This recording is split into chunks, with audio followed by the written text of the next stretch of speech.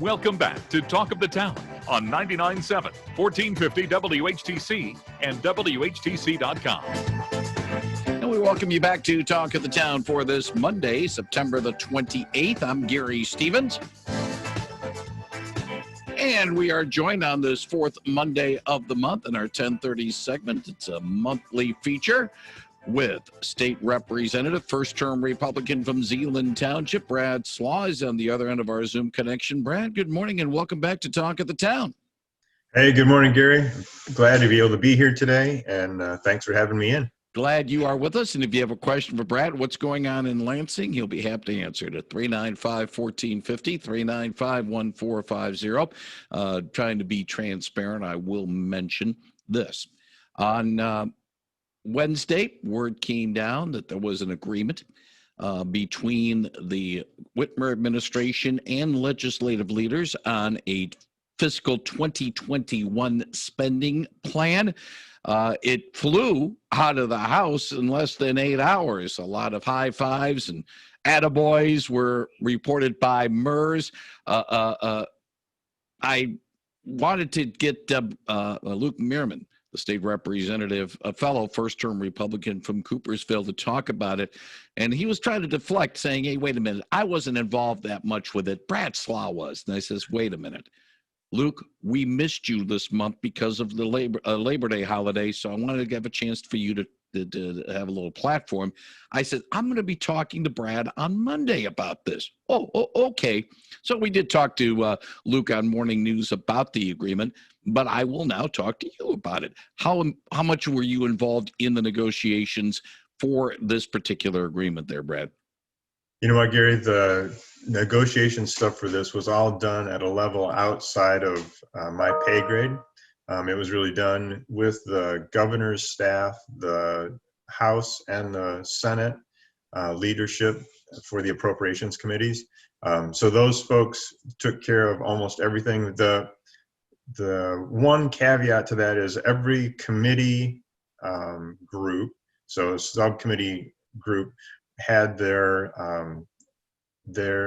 chair for that subcommittee was engaged in trying to say, okay, what are the things that we need? What are the things that we don't need? Are there ways that we can make some cuts in this particular budget and move forward? And so those were the places that that people had a chance to be involved in.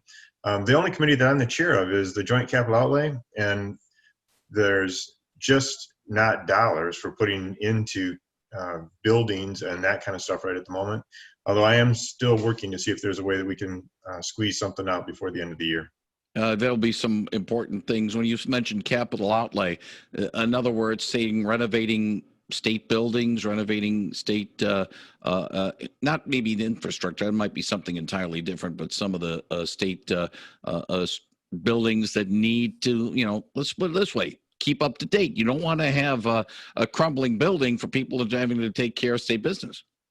That is correct, Gary. We've got, and most of the colleges have existing structures that they're looking to try and upgrade. That's most of what we're trying to do, or at least many of the projects that I've got on the docket right now. What's really interesting to me is that many of those schools have a facility, but it's not being able to be used for maybe electronics. How do you design new tools in our electronic age? Many of these things are old 1950s era buildings or whatever, and they definitely need to be remodeled, gutted, and restarted. And most of the schools that I see that are making wise use of their dollars are actually doing that very thing. They're gutting buildings from the inside, leaving the exterior. They can save millions of dollars by doing that on a college campus. So it's how they're making it work and how they're making the best use of their funds as possible. Brad, were you surprised by the speed, relatively speaking, that this budget agreement did get drawn up? Because normally it's a 3 to 5 month process, and it took maybe about 3 weeks or so to get this thing done. Yeah, I think it's realistically, it's probably 6 months, 5 to 6 months normally. And it went in 5 weeks that we were able to reach an agreement. And several pieces to that, Gary, that are really important, I think, to the state as a whole. One is we were really obligated based on the law that went in effect last year to have it done by July 1st. And because of the whole pandemic, the governor said, no, that truly doesn't make sense. Let's extend that out. And we knew that we were under a deadline. They needed to get this done, needed to get people ready. Schools needed to know what their numbers were, what the budget was going to be. So I think it made perfect sense for us to make it happen in that kind of time frame.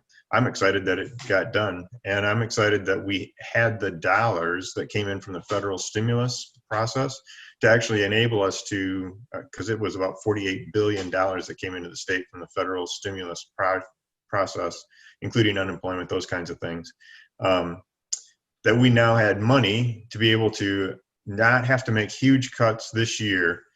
We now need to look for potentially what that is going to mean for next year, but at least for this year, we weren't having to make huge cuts. Education was remained whole, those kinds of things. So it made it easier for us to have some sort of an agreement to a budget. Yeah, we'll talk more about the longer-term ramifications in a few moments. If you have a question for State Representative Brad Slagh, he'll be happy to take it at 395-1450, 395-1450. How much of a specter of having the state government close this coming Thursday, if there wasn't a budget in place, how much of that prodded lawmakers, not only in the legislature, but also in the Whitmer administration, to get something done? I'm not sure I never really heard that conversation inside Lansing during this process. It was evident that people were concerned about it, but that wasn't really the driving force. The driving force was, we need a budget. We need it in place for not only the state, but for our communities, our school districts, those kinds of things. Let's get down and get to work at it. 395-1450. I do want to bring up the point you mentioned about the fact that thanks to some federal stimulus dollars, the budget could be done on time.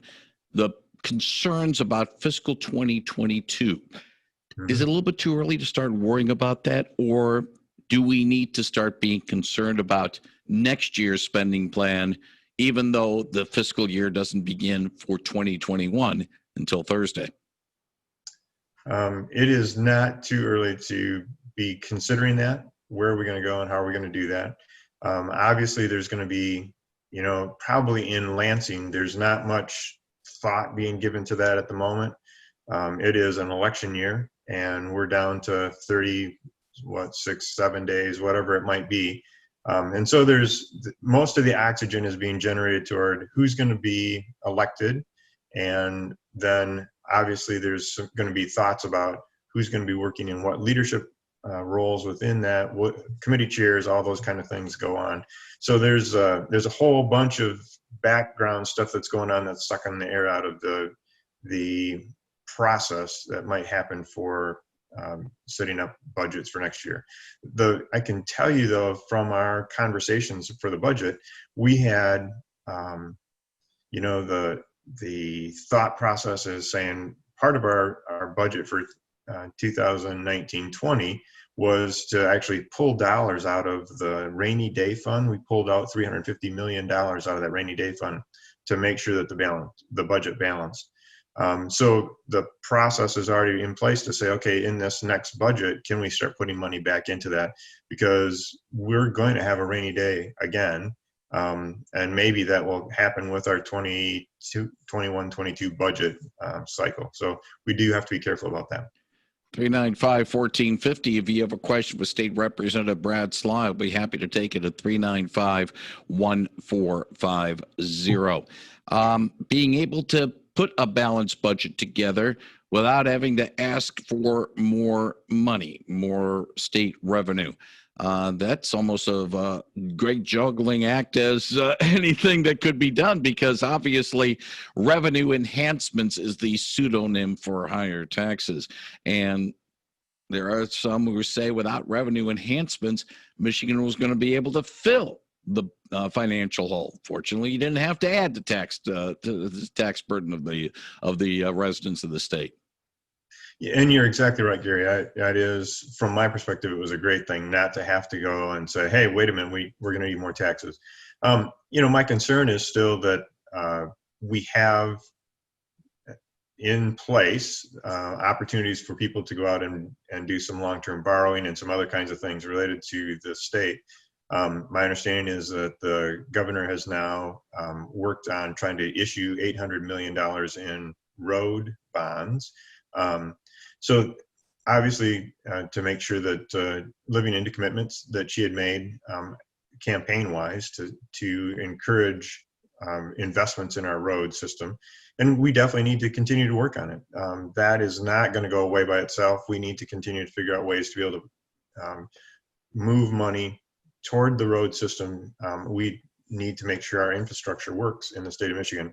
Without roads, we don't move product, we don't move tourists, and all those things make a difference in how we live.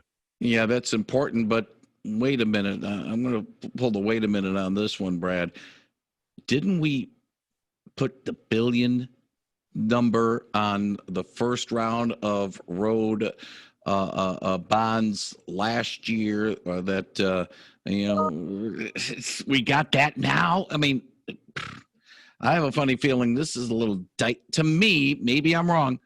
A little dicey to try to add on to that debt already from the like $3.1 billion we've already borrowed on this. So actually, Gary, we didn't ever borrow that $3.1 billion. It was spoken to. It was directed that that the governor wanted to move in that direction. Of that $3.1 billion or $3.2 billion, whatever that amounted to, only at this point in time, $800 million has been actually worked on getting the bonds and then selling them. I'm not sure whether they've actually been sold yet or not. I know that they have been priced, bid, all of those kind of things. So they were going to be ready to be sold. Yeah, I just was kind of wondering, hey, wait a minute, don't sink us into more debt because of we're got to fix the roads. And, it just shakes. I shudder. I think it's a good way of putting it. I shudder about that amount because, we've seen it already with some of the bonded road projects of the past and the problems we have. We all have to see our chiropractors when we drive west on the Paul Henry Freeway at times. So we don't want to have that all over again. Right. Exactly. And that is exactly right. Having bonds that outlast the roads is a problem, and we just can't afford to do that. So. Yeah, that's why I shudder about whenever you throw bonds. Sometimes a cautionary tale needs to be told. Correct.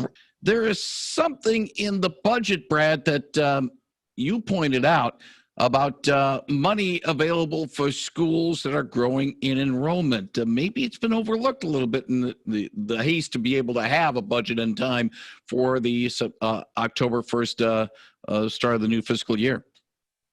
Yeah, so one of the really interesting things to me, because education is a really important piece of what I'm interested in and where do we go and how do we make it work, is that for the agreed upon way to be able to fund schools was 75% of the counts. We're going to use counts from 75% from last year and 25% from this year. So if you grew in number of students, you've now got way more expenses, but you may not have gotten a equalized share of the dollars that are available per student.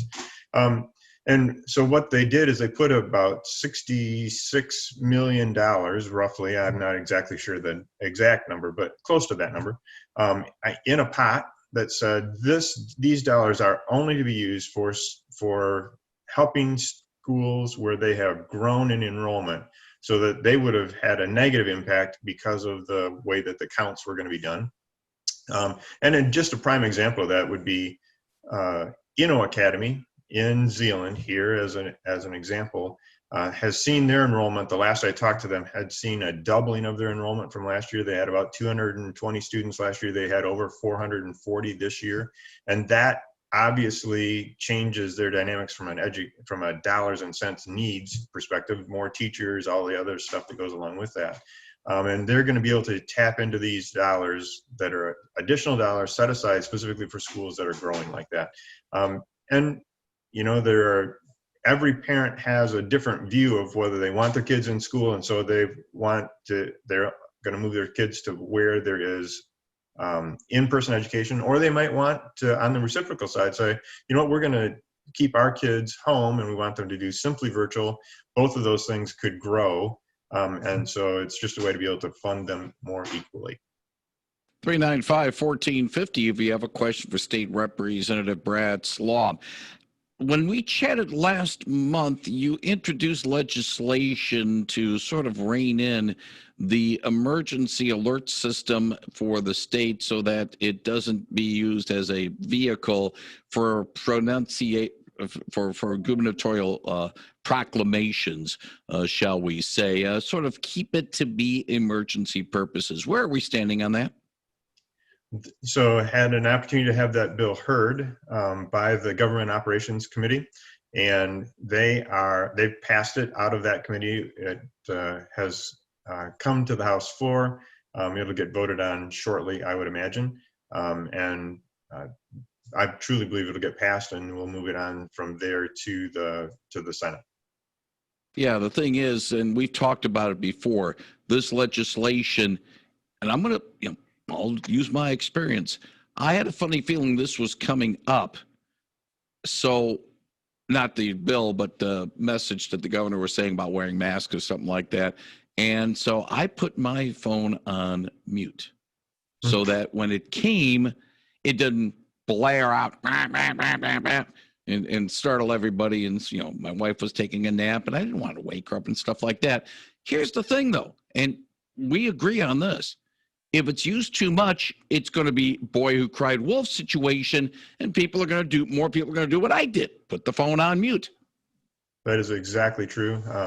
And I know that my son has done the exact same thing. So I'm not sure I'm technologically far enough in advance to be able to know how to put my phone on mute that way, just for that piece, because you want to catch everything else. But the important piece is it's an emergency alert system. We want to be able to get people the emergency information that they need, and we really should be using it for those places where there's an immediate loss of life or an immediate loss of property that's imminent. The floods that we had over in Midland, all of those kind of things. We need this system to be something that people are tuned into when it's important, and that we use other tools that we have to be able to do announcements or other kinds of things that are not of immediate concern of life or loss of property. One final thing, Brad Slagh, it's something you did, maybe one of the first local lawmakers to do that, reinstitute in district hours, office hours for the district in the district. It had been curtailed, obviously, due to the outbreak, but you had some local, in-office hours in the district. You planning on continuing that in October? Yeah, it's a little harder to do it right now, Gary. I've been able thus far to have all of them outside, and I've been doing office hours since I think the end of May. And I've just intentionally scheduled them all for being able to do it in a place that we're outside. Some days we're really hot, some days not so much. But I think it's going to be really a struggle to be able to do that. So I'm going to have to figure out ways to put it in places that I can ensure people can still get to me without concern of social distancing. Physical distancing probably is the real term. If we are social distancing, we'd probably stand closer than 6 foot. But we're, trying to make sure that those things happen because I think people want to talk, and people have shown up regularly to come speak with me. Both people that agree with my party's line or my thought process, and those that do not. And I appreciate them all showing up. It gives me a chance to understand what's going on. I'll be continuing to try and figure out ways to make it happen. Indeed. And we'll put a link to Representative Brad Slagh's webpage on our website at WHTC.com in the description of our podcast. When we put the podcast up in a few minutes on WHTC.com. State Representative Brad Slagh, thank you very much, as always, for joining us on a monthly basis to talk about some of the things going on in Lansing. Wish you and your family well over the next month or so. And if all goes well, let's do this again, I'd say about 4 weeks from now. I'd love to do it, and I appreciate the opportunity to communicate with the folks in the Greater Holland area. You guys do a great job of informing them, and it allows me to be a part of that. So thank you. Thank you very much, State Representative Brad Slagh on 99.7 and 1450 WHTC.